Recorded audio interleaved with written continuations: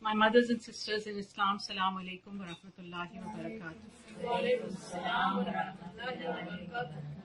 So we started yesterday about talking about the philosophy of marriage. And we said that marriage is first of all a means of connecting to each other. It is a place for fulfilling our physical, emotional desires. It is also a partnership towards Allah. And that is the ideal relationship in Islam, right? And very importantly, it is a way that we mature our personalities, that we become, we reach our full potential.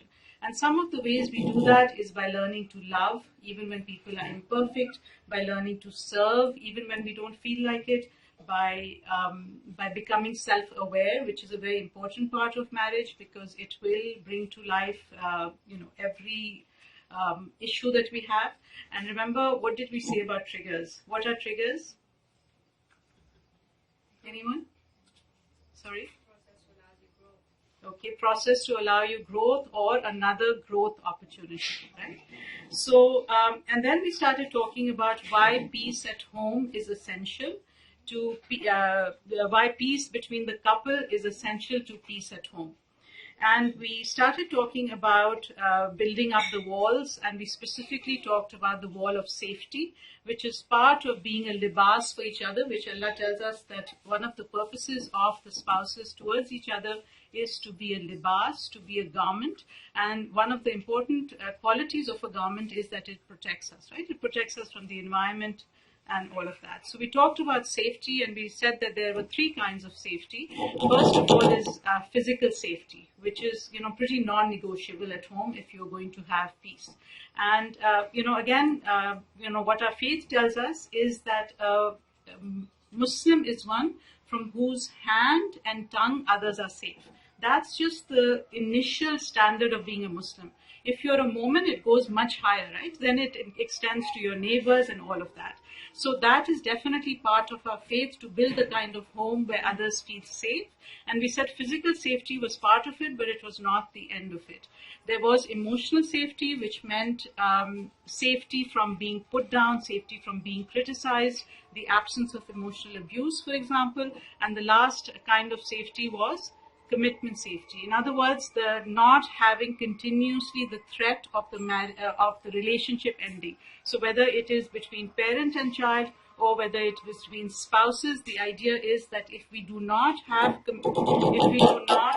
commitment safety at home, it is very difficult to invest in our relationships. It's difficult to practice all of the things we're talking about. So just a couple of housekeeping announcements before we start. Today, inshallah, we are being live streamed.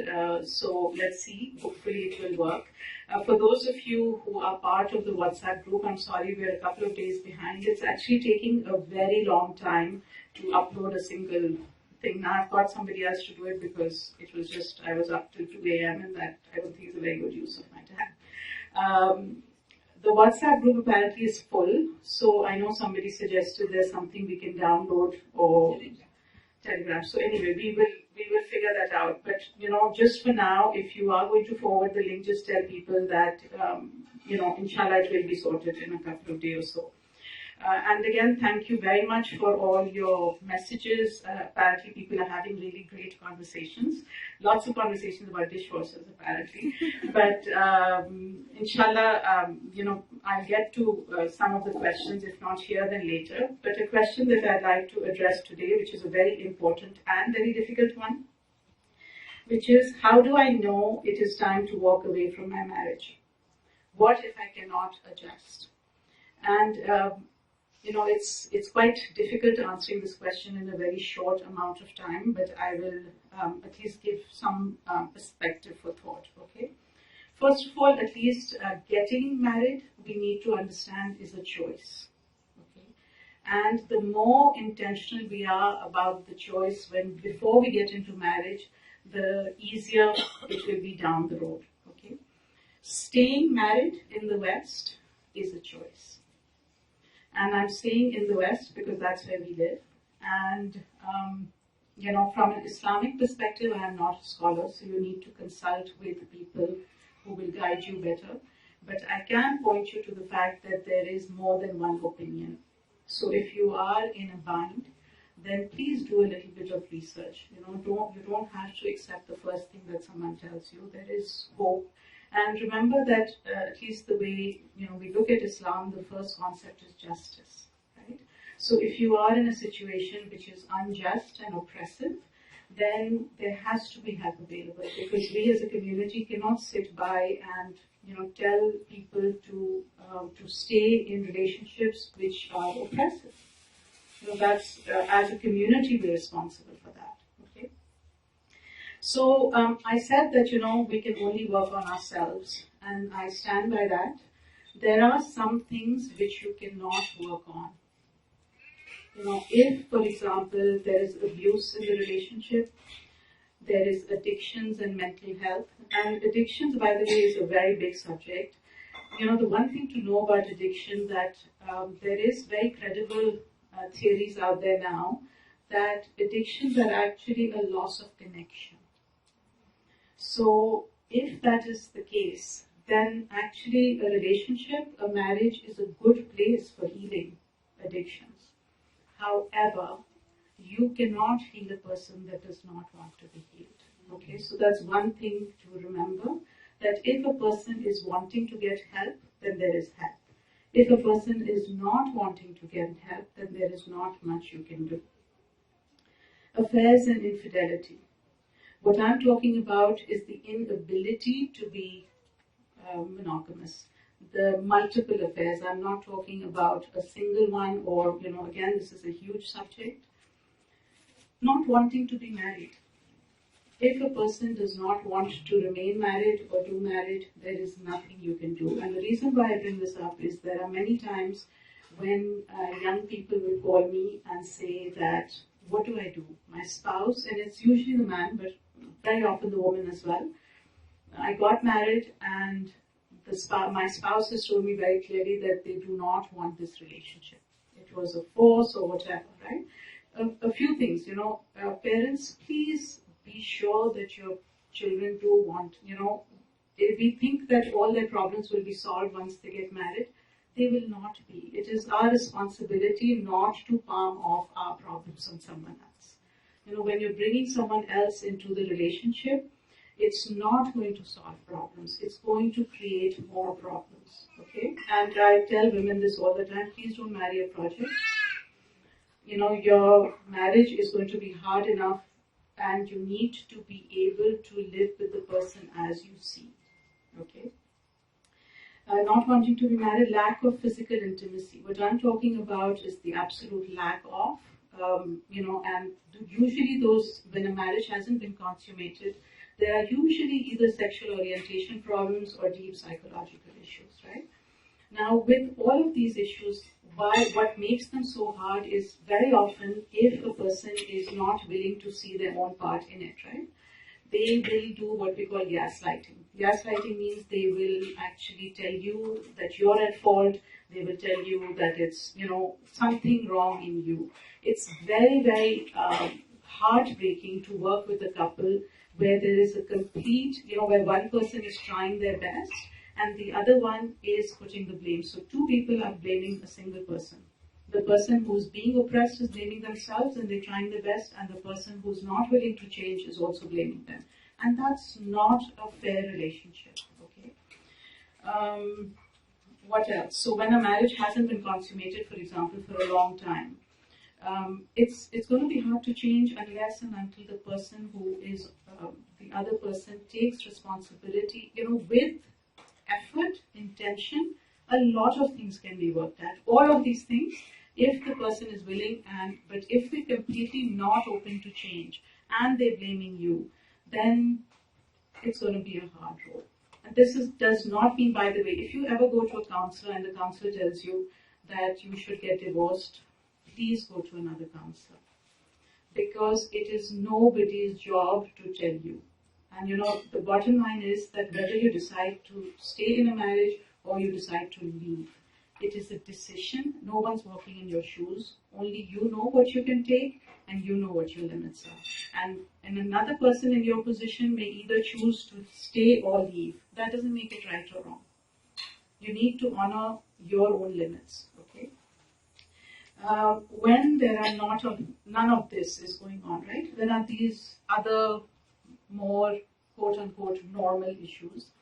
Then I would say, before calling it quits, really give it your best shot. And when I'm saying give it your best shot, I'm saying give it your best shot with support.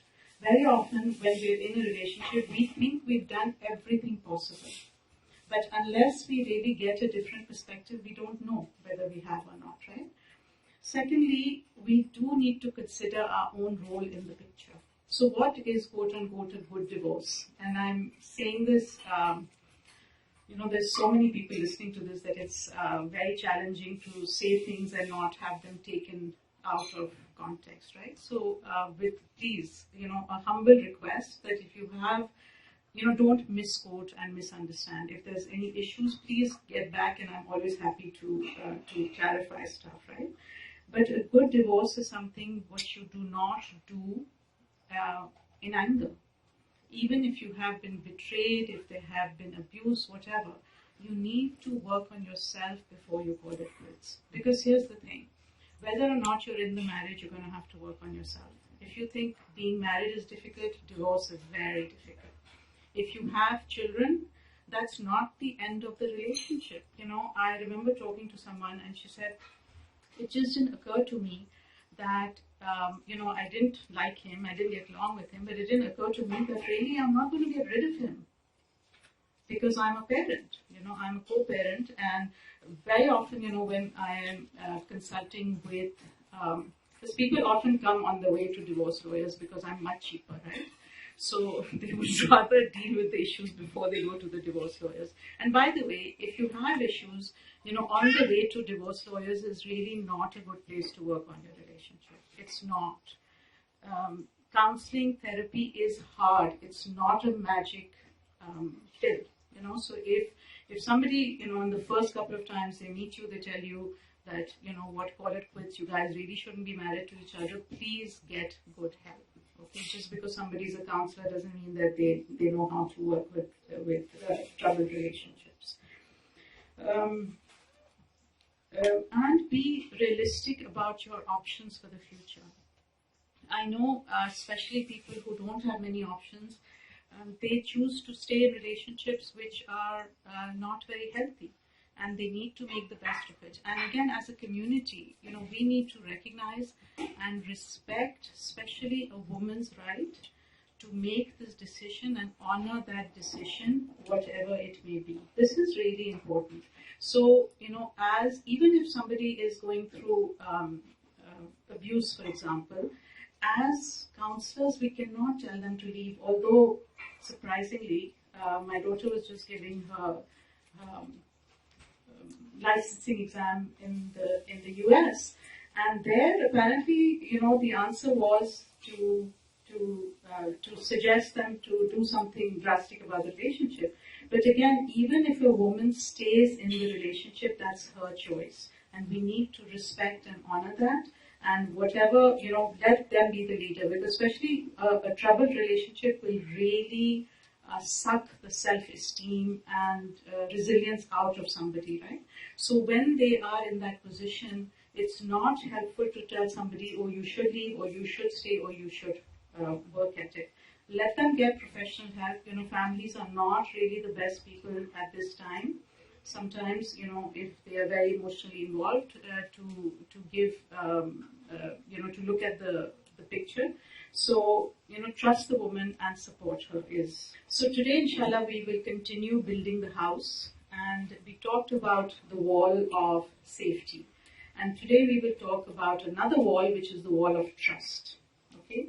So the agenda for today is what is trust, why is it important in family relationships, and how do we A, become trustworthy, and 2, learn to extend trust. Because trust has 2 points, right? One is that people trust us, and the other one is how do we become more trusting of others.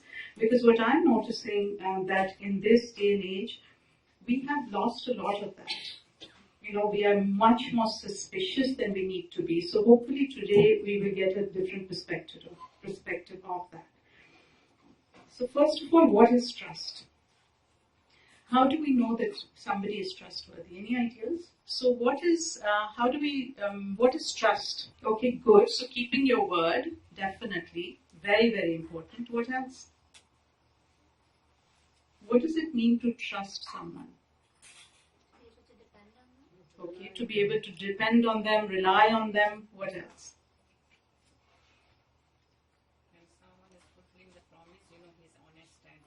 Okay, so fulfilling promises comes up again and again and again, right? That's extremely important. So a really good short definition that I found was trusting another is choosing to make something important to you, vulnerable to the actions of someone else. Let me say that again. Trusting another person is choosing to make something important to you, vulnerable to the actions of someone else. Let's take some examples. So let's talk about the dishwasher again. If you trust somebody to load the dishwasher, and if it is important to you that it be loaded every day, for example, trusting someone means that you will let somebody else do it, right? Let's take something a little bit more serious. So children are important to all of us. Trusting someone with your children means that you would be okay leaving your children in the care of someone else, right? Now, obviously, trust has limits, right? You may trust somebody to load the dishwasher, but not to look after your children. So it depends on what your level of trust is with the person, okay? Now, one of the ultimate examples of trust that I found was when the Prophet ﷺ was doing hijrah, and he left Imam Ali alayhi salam on his bed, right? Can you imagine what a high level of trust that was between the two of them? First of all, to leave something so important to the other person, and for the other person to take on such an important role. So now, when we don't trust someone, what happens? The first thing that happens is that we are hyper vigilant. We can't relax. It's the opposite of peace. So we're always on guard, and we try to hover, we supervise, right? And then we also get it really causes a lot of anxiety. So a lot of anxiety in today's day and age, at least part of it is because there's a very low level of trust sometimes. So let me give you another example. I remember when we were going from Medina to Makkah, and we were in a car, and this person was driving with both his legs, like he was sitting Pilates on the chair. It was at 180 kilometers an hour, and he had a cigarette in one hand, and my mother kept on offering him food. So he was eating with one hand, cigarette in one hand, and both his feet off the thing. So some people in the car were actually asleep. I was like this, okay? I could not rest. I was hyper vigilant because I could not trust him. And so I didn't know him. I didn't know what his qualifications were, right? On the other hand, when I'm sitting on an Air Canada flight, I can sleep. Why? Because I trust, maybe I don't trust I trust the pilot. Why? Because I trust the brand. True? Like I trust Air Canada that they would have trained their pilots. If I was sitting on another airline, maybe I wouldn't be so trusting. Does that make sense? So what this tells me is that one of the ways that we trust people obviously is by knowing them or knowing what they stand for as well. So we know that in Islam, when you have the label of a Muslim, it should bring a lot of trust along with that label. True? Because it has all sorts of characteristics that we as a Muslim are supposed to practice, which would make us trustworthy. So, in fact, the Prophet ﷺ has gone as far to say that there is no belief for him who is not trustworthy. In other words, it is a very integral part of our faith. Okay. Now, what does trust do? When you trust someone, there is something which we call the speed of trust. In other words, if I trust, like in social interactions, if you are dealing with somebody you trust, things will go much faster. Like if you're part of a committee, for example, if you're working even in a social situation, a volunteer work, if you have trust within the committee, then things will happen very quickly. You're not wasting time second guessing people. You're not wasting time following up, you know. So alhamdulillah, like when I'm working with my team, we can do a lot with very few people because we have built that level of trust, and we know that if we give something to someone, it's going to be done, and it's going to be done properly. That people will follow through with what they say and not. If that is lacking, then there is a lot of second guessing. So let's take an example of a country which is based on trust. When you go to Switzerland, if you ride the public transport system, no one will check your tickets, right? You buy them on your own, you punch them on your own, and you just ride. And if you, like, once in a while, I think very, very occasionally, somebody will come on, and it's extremely rare for them to find somebody who hasn't paid. What does this also tell you? That when you extend trust to people, they tend to live up to that trust. Therefore, extending trust is extremely important as being trustworthy yourself. Let's take another example. So I had a friend who is a very good architect, and they were redoing Jinnah Hospital in Karachi, right? And now if you see Karachi, a lot of the buildings tend to be very dilapidated, and people will misuse them, it won't be clean. But they tried something else. They said, they went into this very, it's a very marginalized, vulnerable area, so it's not a good area, quote unquote. And they built this state-of-the-art building, and they said, let's see how the community treats it. They were amazed to find that the community actually kept it really well. When they gave that trust to the people that this is for you and take care of it, the people lived up to that, right? So what does this tell us? Even with our kids, for example, sometimes when children are, fighting to go away for university, we are very hesitant to let them. Why? Because we can't let go.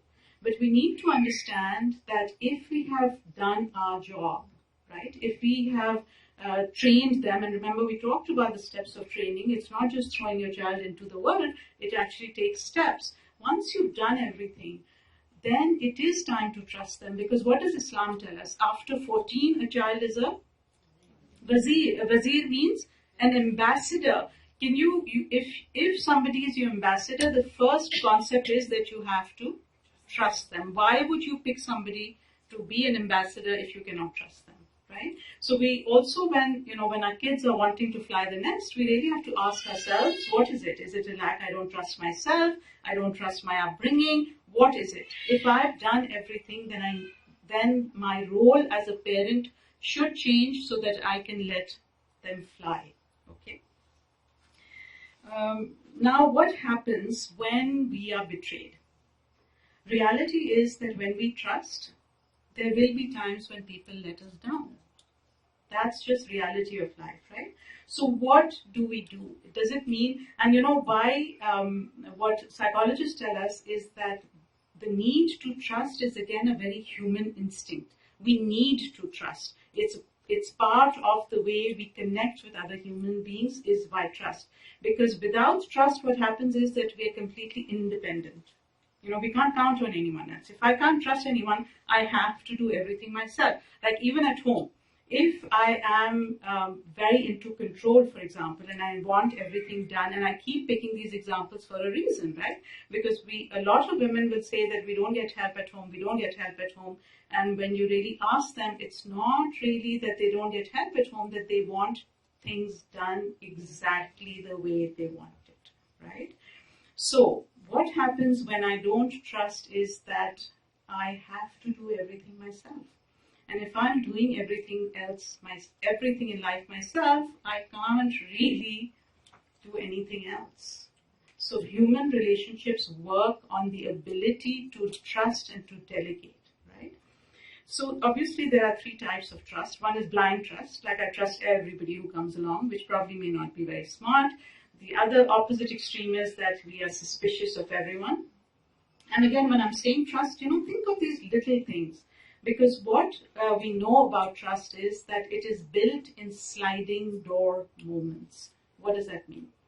So every time somebody asks you to do something, even if it's really small, that's an opportunity to build trust. If you do it, it's one, coin in your bank account of trust with the other person, right? And if you don't, the door will close and that will be a lost opportunity, right?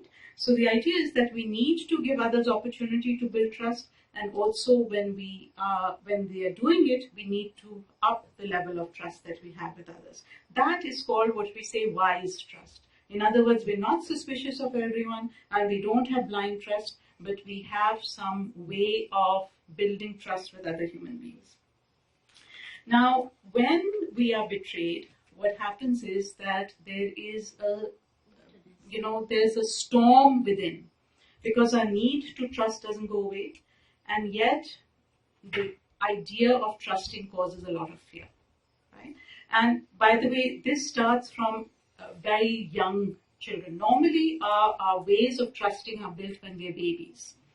And again, it relates to attachment. So coming back to the Islamic way of parenting, when we say that the child is a sayyid, means we're supposed to respond to their needs more than anything else. That's our job as parents when the child is up to 7 years old, right?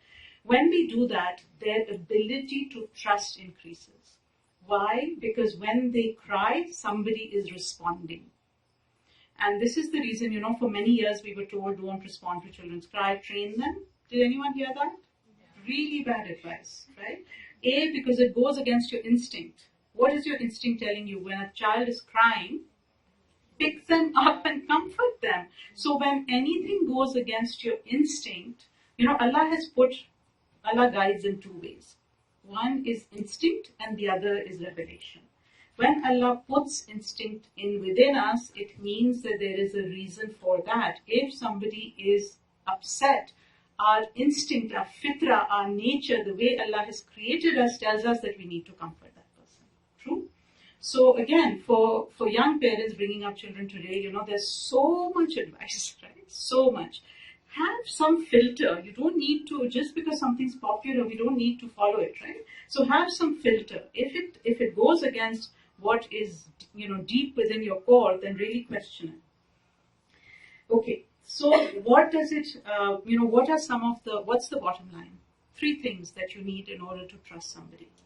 One is that they need good character, and we talk about what specifically that means, right? The second thing is they need to be competent. They need to have the ability to fulfill what we're trusting them with. Go ahead. Is it necessary that the person that you trust, sometimes he's going to let you down? Of course. That doesn't mean you cannot trust that person ever again. That's a very good point, definitely. And let me come to the third one. The third thing is caring. So it's character, competence, and caring, right? If a person cares, and generally they are of good character and competence, one of the things, and we'll come to that, one of the things about character is we are human beings. We will always make mistakes. We will always let people down. A person who is trustworthy will make repairs, will own up. If you tell somebody that you did something wrong, if they get defensive and they start blaming you instead, you're not likely to trust them, right? But if a person makes mistakes and they own up and they will try to do better, then obviously, can you imagine if we had a standard of trust that a human being needed to be perfect, we would not trust anyone, right? So, and again, the idea, the vision of Hazrat Abbas comes to mind. Whenever you think of trust and loyalty and faith, why did the people at Karbala were able to sleep in peace while he was alive? Because he had the character. They knew that he would do anything to protect them. He cared about them, and he had the competence. He had the physical ability and the training to be able to be up for the job, right? So whenever we are even thinking of trust or we are trying to build trust, the reason why it's so important to talk about these things, when a family comes and they say, we have trust issues, right? A lot of people say we have trust issues. What does that mean? How we cannot solve anything in the abstract. You cannot. If you try to break it down and see what trust looks like, then, we can say, what? That day you said something and you did not follow through. Therefore, I'm having a hard time trusting you. Okay? So obviously the idea is that we need to first become trustworthy before we can extend trust. And how do we do that? Again, let's look at the character of the Prophet. Remember that he worked on building relationships and proving his credibility before he uttered a single word of preaching, right? And so again, the two things that set him apart were what? What were his names before even he started? Sadiq and Amin. Being truthful and being trustworthy. So again, this tells us that the number one most important thing of being trustworthy is telling the truth. And telling the truth seems like almost, why would we even talk about it? But, when you look at research, lying is actually really common. And by the way, to give some anxiety to parents, the group that tells the most lies is college-age students to their parents. I thought that was quite interesting for whatever it's worth. So, sorry? Statistics say that. This was only one research study, but anyway. However, lots of people admit to lying, and there's this concept of little white lies, right? So we'll talk a little bit about what that means. But what our faith tells us is that a slave will not taste faith until he stops lying, whether it be small or big. Like we are told that you have to tell the truth and be trustworthy even about needle and thread. Like, that's as little a thing as you can imagine, right? So what are some of the white lies? We sometimes say social white lies, or we say, okay, we're just around the corner while we may not even have left the house, right? So what turns out is that even these little things, they actually do cause an issue because they weaken the social fabric. When you say little white lies, you get more comfortable with lying, number one. Number two, the other person, like if you said I'm round the corner and every single time you say I'm stuck in traffic, they know you're not, right? So they know that if you can lie about a little thing, maybe you can lie about a big thing. So it actually diminishes trust, okay? And that's the thing, right? That when we are told to always, and by the way, for lawyers, it's very interesting working with lawyers. It's really interesting working with two lawyers, when both people are lawyers. Like, probably very challenging, right? Because you really, in order to have a good relationship, you need to take off that hat. But whether or not with training, all of us tend to be pretty good lawyers. Why? Because when somebody is telling us, we try to, catch them out, but you said this and but you said that, right? But the idea is, coming back to law, the whole truth, nothing but the truth, the whole truth, and the truth, the whole truth, and nothing but the truth. What does this mean? So first thing means you say what is there, right? The whole truth means you don't omit anything, because we can lie by omission and we can lie by commission. Omission means that you leave out significant parts of your life. When trust gets destroyed in families, and especially between the couple, by the way, it starts out by lies of omission. Not saying what you were doing, not saying where you are, not saying, where you're spending your time. All of these things are cause big issues of trust within the couple, right? So, the idea is that whether or not you think, whether it's little lies, Imam Ali alayhi salam tells us that great is the betrayal if you speak to your brother and he believes you while you are lying to him, right? So even, part of the truth is actually if somebody asks you how you are. Very often at home, like our kids or our spouses will know something's up and they'll ask us what's wrong, and what do we say? So we need to, or I'm fine, but then we hold it against them, right? So the idea is that we need to be, because what we are told is that, when you don't speak up, it's much easier to say lies in the short run, right? Because by the way, why do people lie? Even children, if and when you're working with parents whose kids have developed a habit of lying, one of the first things to look at is how hard have you made it for them to tell the truth. Because if we punish either any of our family members, whether it's children or our spouses, sometimes you ask them what they're thinking, and if they tell you something you don't want to hear, how are you going to behave with them? How are you going to punish them? Because if we act up, once people have told us the truth, then we, in a sense, are encouraging them to withhold, right? So there are times, however, when we're allowed to lie. Any ideas when? Hurt somebody, someone's life, or your life. So, no, hurting somebody actually is not one of them. Reconciliation. When you are trying to make amends between people, then you are allowed to, I would say, bend the truth. Now, what does that mean? If somebody, say if you're working with two families, right, and they say we hate the other person's guts, it is not serving anyone to go and report that, okay? How would you say something like that? They're upset with, they have an issue or they're upset with you. They're upset or they're hurt, right? You would say that they're very hurt, because usually behind every anger is hurt anyway, right? So this is when we are allowed to bend the truth. The other place is when you are an administrator in war, for example.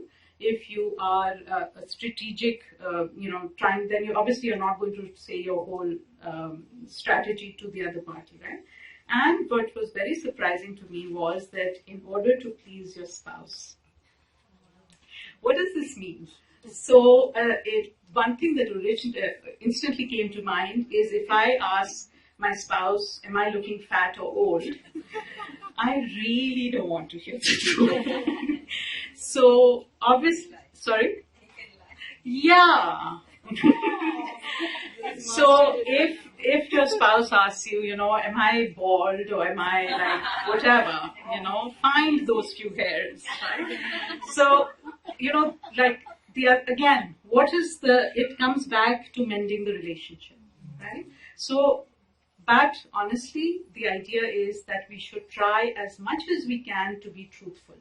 These are little things, and I'm making a joke of it right now, but when we start hiding big things, when we start lying about big things, that if we're really not happy about something and we let it go for many years, then, it will cause resentment. So we do need to be courageous as well. I think there are two questions. Just one question. Okay, this we talk about spouse, but in our relationships today, your friends are just as important. Your spouse are there. But if your friend does something wrong, do you say it nicely? You do not tell that person? Will your friendship break on that? Those things happen too. Okay. How truthful? I think it's easier to be truthful to your husband than to be truthful to a friend sometimes. Okay, so let me repeat that question. Let me repeat that question. So, okay, good enough for spouses. What about friends? Are you supposed to tell them the truth? So, I would ask the person, what do you want? What would you like me to do? How can I be of support? Because if the person is actually looking for feedback, and there's many things in our faith that tells us that a moment is a mirror to a moment, right? Being a good friend means being truthful to your friend. If a person is doing something and they're actually asking for feedback, then I would say it is your responsibility, with tact obviously, to give them honest feedback. Because if they're asking, my assumption would be that they want to know. Does that make sense? Does that answer your question? Yes, and yeah, I think that's all I have to say about that. Did you have a question? Yeah, I have a question. What if the lie that you're going to tell will avoid sort of like, it's maybe towards your parents, will avoid like separation, but what you're doing, what you want to do is sort of towards Islam and part of the religion, but whatever you do, your family or anyone in your family may not agree with it, and instead of causing a distance or sort of a breakup essentially, can you lie in that instance instead of causing harm to your relationship? I don't. So the question is, and I'm not sure if I understand it correctly, but from what I understand is that the question is that what if you say a lie to avoid future harm, right? Conflict. Actually, lying to avoid conflict is, I would say, lack of courage. So lying to avoid conflict, and there's a couple of few hadiths from Imam Ali alayhi salam which says that lying is easier in the short term, but much harder in the long term. And speaking up the truth is much harder in the short term, but easier in the long term. So again, without knowing the particular details, it's hard to comment on it. But generally, to avoid conflict is not really a good reason to lie, because generally it ends up creating more trouble down the road. Now, I don't know the exact situation, and if it is truly a matter of thing, then you should get some consultation on it. But that's not one of the exceptions where we're allowed to lie. When you're trying to make a relationship better between two people who are angry, who are distant, then it's okay to bend the truth a little bit so that you can get them together. Because here's the thing, when people are so far apart from each other, it is, they need some way to come to the table. And by hearing that the other person wants it, will give them motivation. If two people are coming and telling you how much they hate each other and how they never want to, there's no bridging. How do you even get the people to start talking to each other? So in that situation, you're allowed to get them together so that they can at least communicate, so that you can start. Okay, great questions. And as you can see, these are difficult things, but generally, like at least if we know that lies will cause us trouble in the long run. The more truthful we are, the more trustworthy we are, the more people will trust us. Even when a friend is asking you, if you have the reputation of telling them the truth, then they are likely to trust what you say. If you know that you're saying something to just please somebody and somebody is actually asking you for feedback, you're not likely to go to a person for feedback who will only tell you what you want to hear, for example. Okay. So what are some of the other ones? We said already reliability. So it's not just doing what you say once. It is doing it again and again and again. Because remember, trust is built in small moments. Much harder to build trust than to destroy trust. One moment of not following through, like remember we gave the example of the $10. When you take away something from someone, it has a much bigger impact than when you give them something. So even if you are trustworthy, but you do something very big to destroy trust, it will be harder to rebuild. Okay, we have to be unreasonable with our word. What do I mean by that? We are very easy. Sometimes we are, me included, people pleasers. Somebody asks us to do something, we say yes, yes, yes, yes. We cannot say no. And what happens is that we take on too much and then we cannot follow through.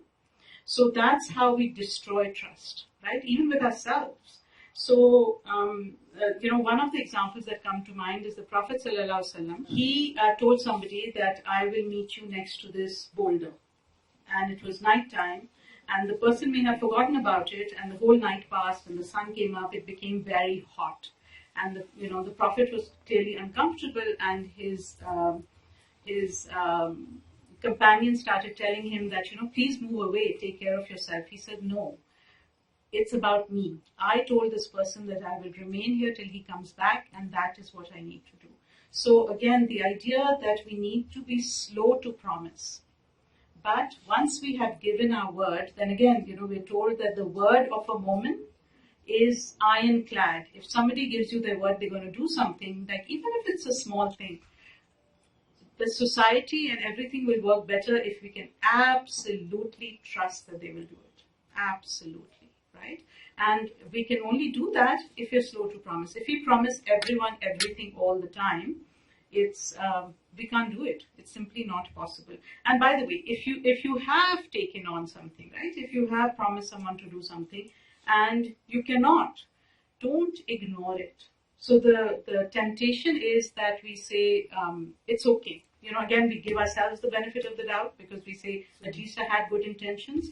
But we need to clean up. We need to own up. And say, I'm sorry, this is what I promised, and here's why it not happened. And so say something like, again, we had promised that these things would be live on Facebook, right? That's just one example. And they were not. no matter what we did, we tried and we tried, but it did not work. So the temptation was just to hide and not, not deal with the people. But the idea is, if you've given someone your word that something's going to happen, you have to take responsibility for it, right?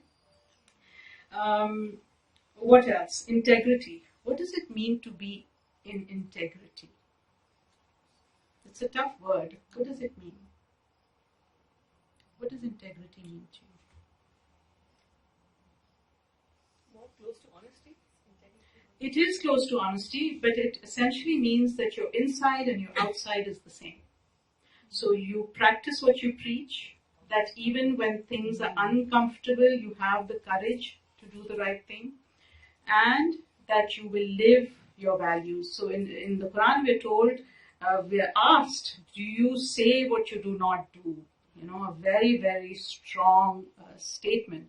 And, those of us who pretend to preach, that's a really high standard, right? So the idea that, when we, especially with our kids, because remember, kids may not listen to anything you say.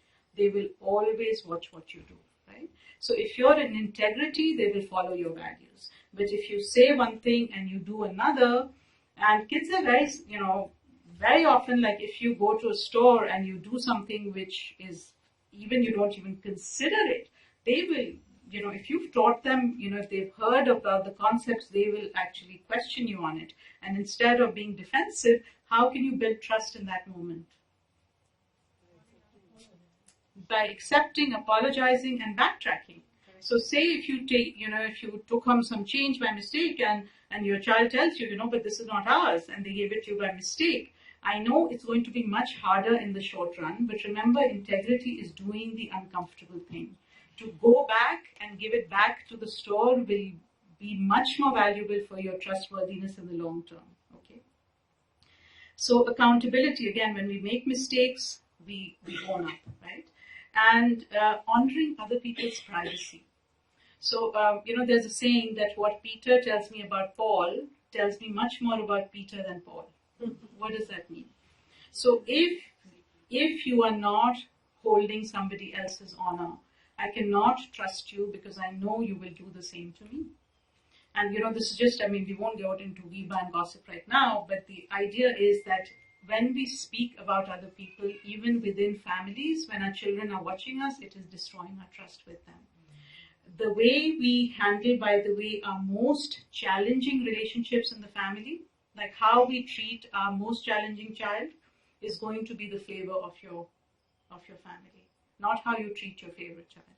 So if somebody is most challenging and you are able to be in integrity and accountable and trustworthy with them, then everyone in your family trusts you. Why? Because they know that when they need it, you will be there for them as well. Okay. Generosity. Giving others the benefit of the doubt. That's how you become trustworthy. Why? Because, and by the way, in Islam, we're told to have husn-i-zan, means good, positive ideology about three people. Or three entities. One is God, the other is ourselves, and the third is the other people. We need to come to everyone with a husn-i-zan. We need to approach every relationship giving them the benefit of the doubt, giving them that they have the best intentions and that they will follow through. And lastly, following on from that is forgiveness. So when people make mistakes, we cannot be trustworthy if we are going to be holding every little thing against someone else, right? How can you build trust in a family when you can't be? Because to build intimacy, to be yourself, to be vulnerable, you have to be comfortable. If you know every mistake is going to be held against you, you cannot be comfortable. Does that make sense? Okay. So lastly, just in 1 minute or less, how do we extend trust to another? The idea, firstly, we need to recognize that yes, it's a risk. Reality is that even when we trust, there are people who are going to let us down. That's part of life. However, the lack of trust in the meantime is going to cause us a lot of distress. So, when I'm talking to people about it, this is, one example I came up with, and let me know if this makes sense to you, right? So imagine there's a set of twins. So they've had the same life, story, whatever. There's one twin who's very trusting, and the other twin who doesn't trust at all, who's very suspicious. Okay, so the one who's very suspicious, obviously hyper vigilant, anxiety, all of these issues. The one who is very trusting, easygoing, happy, going along life. Now both of them get on a bus, and they both get robbed. They get robbed of everything. They don't have a penny left. Okay, who's better off? Sorry? Suspicious one. The suspicious one, how so? He must have said something or hidden something because he was suspicious. Okay, that's interesting. Plan. Sorry, backup plan. Okay, yeah, true. I didn't think of that. So both are robbed. So I think the other one, because they would be like giving the other person the benefit of doubt and moving on with life, would be easier to cope with life. So think of it this way, right? This is really, I wish we could have more of a discussion on this. This is really fabulous. The idea is that up to now, when they're robbed, they're both equal. Maybe the other one had something saved. I hadn't thought of that, okay? But imagine that they both lost everything. So up to that point, they're both the same. They both lost everything. Up to that point when they got robbed, who was happier? The trusting one, right? So the idea is that if you trust, it is good for you, because what is going to happen is going to happen. If people are going to, think your trust, but to be in a state of hypervigilance and anxious your whole life is going to rob you of your own mental peace. Does that make sense? Yeah. Okay. So, at the end of it, when people come with trust issues and how do we trust? Honestly, at the end of it, it's a decision. It's a decision that I am going to delegate. I am going to let people do these things, even if it is not up to my standard. Again, remember, even trusting others begins in small, small moments.